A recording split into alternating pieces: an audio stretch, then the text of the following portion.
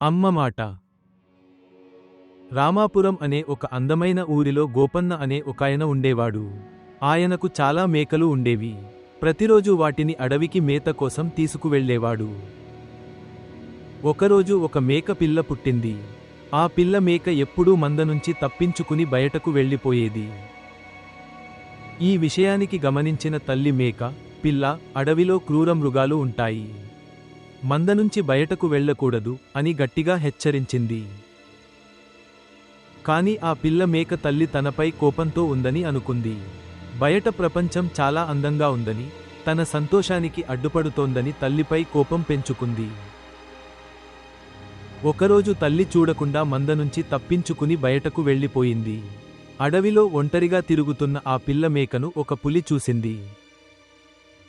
క్షణాల్లో ఆ పులి దానిపై దాడి చేసి చంపేసింది. ఆ పిల్ల మేకను తినేసింది.